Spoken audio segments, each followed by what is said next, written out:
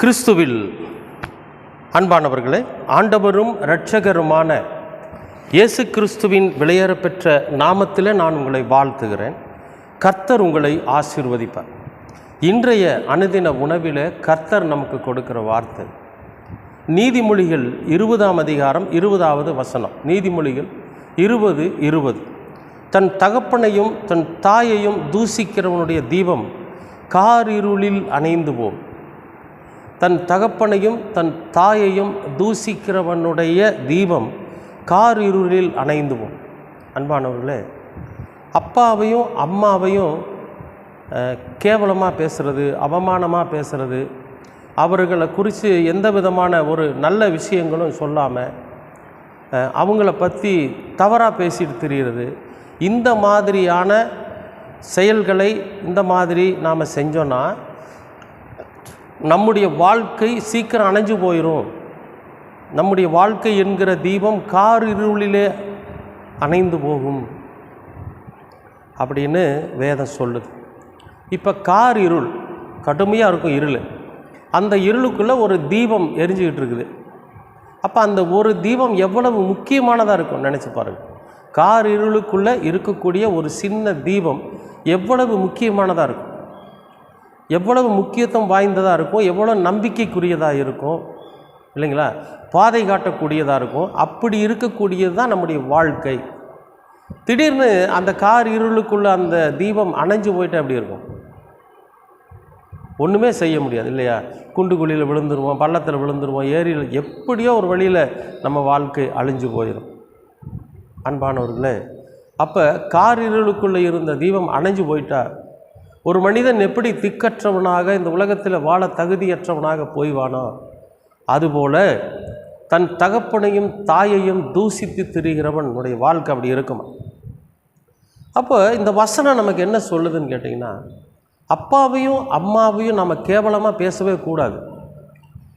சரி, அவங்க தப்பானவங்களாக இருக்கிறாங்களே, அவங்க என்னை நிறைய சரியாக வளர்த்தலையே, என்னை நல்லா படிக்க வைக்கலையே, இப்படியெல்லாம் இருக்கு இல்லையா.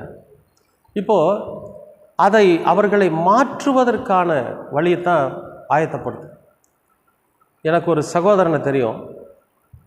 அவங்களுடைய அப்பா பயங்கரமான குடிகாரர், எந்த நேரமும் போதையிலே இருப்பார்.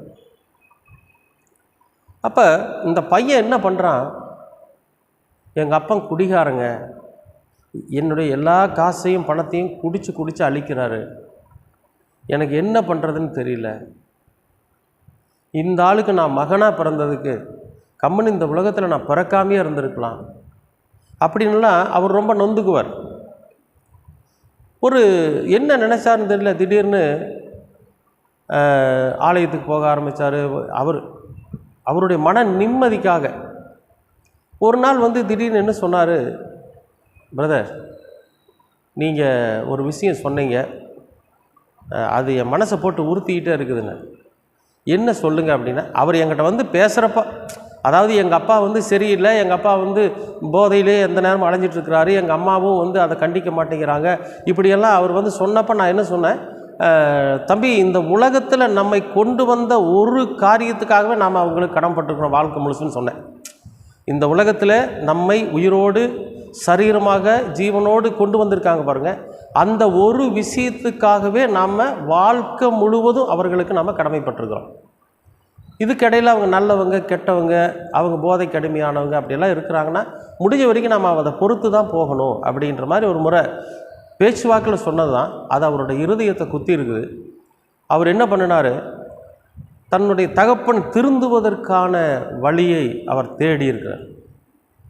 எப்படி அப்பாவை குடிக்க விடாமல் பண்ணணும் அப்படிங்கிறத தேடி ஆராய்ஞ்சு அவங்க அப்பாவுக்கு அறிவுரைகள் சொல்லி, இனிமேல் குடிக்காதீங்கப்பா, நீங்கள் குடிச்சிங்கன்னா அந்த வீடு இப்படி போயிடுது, பாப்பாவுக்கு கல்யாணம் பண்ண முடியாது, என்னுடைய வாழ்க்கை இப்படி ஆகுதுன்னு சொல்லி தன்னுடைய நிலைமையை எடுத்து சொல்லி சொல்லி சொல்லி ஒவ்வொரு நாளும் சொல்லி சொல்லி சொல்லி கொஞ்சம் கொஞ்சமாக அந்த பெற்றோர்களை அவன் திருத்தி ஒரு நல்ல குடும்ப பாங்கான பெற்றோர்களாக அவர்களை மாற்றிட்டான் அந்த பையன்.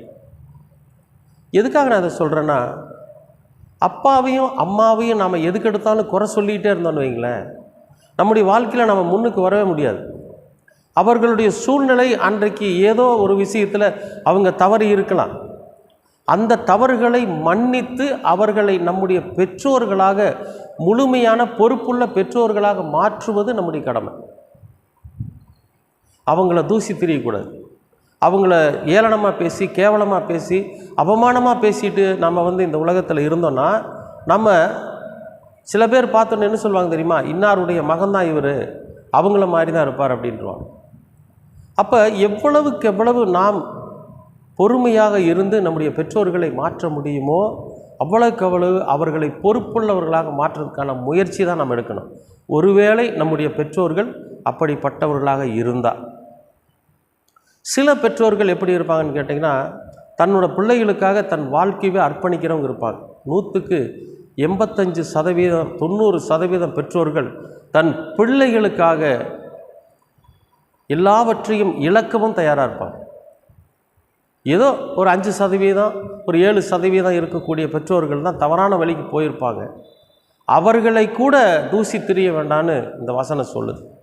அன்பானவர்களே, எல்லாத்துக்கும் எங்கள் அப்பா தான் காரணம், எல்லாத்துக்கும் எங்கள் அம்மா தான் காரணம், எல்லாத்துக்கும் எங்கள் அப்பாவும் எங்கள் அம்மாவும் தான் இப்படி இருக்கிறதுக்கு காரணம் அவங்க தான் அப்படின்னு அவர்களை தூசி திரியாமல்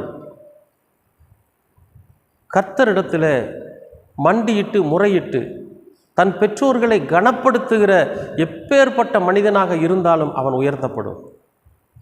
தன் பெற்றோர்களை கனவீனப்படுத்துகிற எவ்வளவு உயர்ந்த மனிதனாக இருந்தாலும் அவன் முடிஞ்ச வரைக்கும் தாழ்ந்த நிலைமைக்கு போயிடுவான்.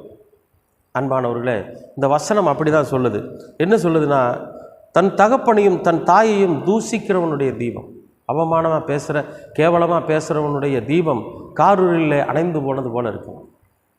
ஒருவேளை நம்முடைய பெற்றோர்கள் நல்லவர்களோ கெட்டவர்களோ, பொறுப்புள்ளவர்களோ பொறுப்பில்லாதவர்களோ, அவர்களை நாம் தூசிக்காமல், அவமானப்படுத்தாமல், அவர்களை கேவலப்படுத்தாமல், முடிஞ்ச வரைக்கும் அவர்களையும் ஒரு பொறுப்புள்ள பெற்றோர்களாக மாற்றி நாமும் அவர்களுக்கு ஒரு பொறுப்புள்ள பிள்ளைகளாக மாறி இந்த உலகத்தில் கடவுளின் பிள்ளைகளாக வாழ்வதற்கான வழியை நாம் தேடுவோம். நிச்சயமாகவே கர்த்தர் நம்முடைய வாழ்க்கையில் ஒரு புதிய ஆசீர்வாதத்தை கடந்து வர செய்வார். கர்த்தர் உங்களை ஆசீர்வதிப்பார். அன்பின் பரலோக பிதாவே, அருமையான நல்ல இந்த அனுதின உணவிற்காக நன்றி. நாங்கள் எங்கள் பெற்றோர்களை தூசித்து திரியாமல், அவர்கள் எங்களுக்கு செய்திருக்கிற தீமைகளையோ, அவர்கள் எங்களுக்கு செய்திருக்கிற கெடுதல்களையோ நாங்கள் எங்களுடைய நினைவுக்கு கொண்டு வராமல், இந்த உலகத்தில் எங்களை பெற்றெடுத்து ஒரு மனித ஜீவியமாய் இந்த உலகத்தில் வாழ வைத்திருக்கிற அந்த ஒரு செயலுக்காகவே நாங்கள் அவர்களை ஆண்டவரை மேன்மைப்படுத்தி அவர்களுக்கு தேவையானதை கொடுத்து அவர்களை கனப்படுத்த நீர் எங்களுக்கு கிருபை பாராட்டு. எங்களுடைய இருள் தீபம் காரூரிலே அணைந்து போகாதபடிக்கு நாங்கள் சுடர் விட்டு எரிகிற தீபமாய் வாழ நீங்கள் கிருபை பாராட்டு. உங்கள் இரக்கம் எங்களை வழிநடத்தட்டும், உங்கள் வசனம் எங்களை வழிநடத்தட்டும். இயேசு கிறிஸ்துவின் வழியாய் கேட்கிறோம் நல்ல பிதாவே. ஆமேன், ஆமேன்.